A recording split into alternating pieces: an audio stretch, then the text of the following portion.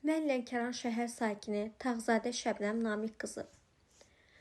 Media vasitəsilə Azərbaycan Respublikasının prezidenti Ali Baş Komandan cənab İlham Əliyeva və vitse-prezidentimiz 1-ci xanım Mehriban xanım Əliyevaya səslənirəm. Mənim şikayətim Lənkəran şəhəri Mənzil Kommunal Təsərrüfat İdarəsinin hazırki rəisi Emin Şahzadə Şahgəldoğlundandır. Bizim həyətdə çirkab sularla bağlı Emin bəyə müraciət etmişik.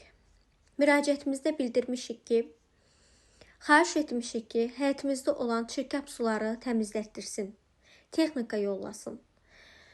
Bizim üçün, həyat və sağlamlığımız üçün ciddi təhlükə yaratdığını bildirmişik.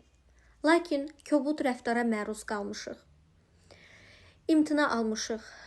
Biz ona bildirdikdə ki, bu məsələni aidiyyatı qurumlara bildirəcəyik. Qarşılığında Emin Şahzadə Şahgəldoğlu bizi hədələyib, təhdid edib, bizi dəlixanaya saldırmaqla hədələyib.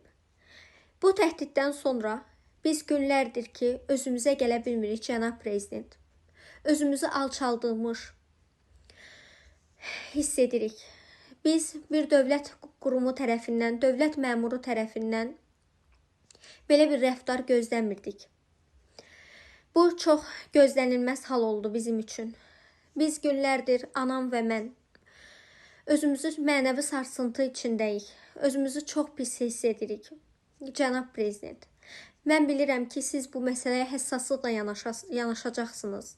Hər zaman öz çıxışlarınızda bildirirsiniz ki, məmurların əsas vəzifələri vətəndaşlara xidmət etməkdir.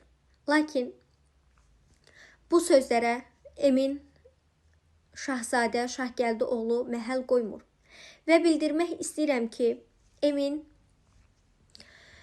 mənə gələn məlumatlara əsasən əvvəllər məhkumluq həyatı yaşayıb və ondan sonra yenidən rəhbər vəzifəyə təyin olunub. Vəzifə səlahiyyətlərindən istifadə edərək bizə hədə qorxu gəlir, cənab prezident. Bizim güvəndiyimiz tək ünvan sizsiniz. Biz bilirik ki, siz bizim müraciətimizi diqqət altına alacaqsınız.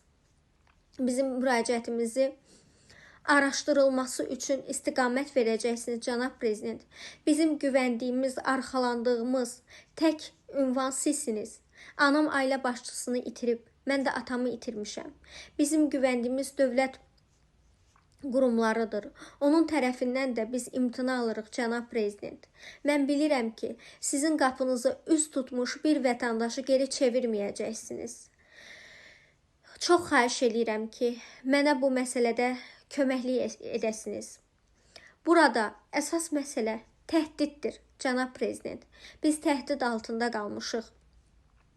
Və dediklərimin hamısının təsdiqi var.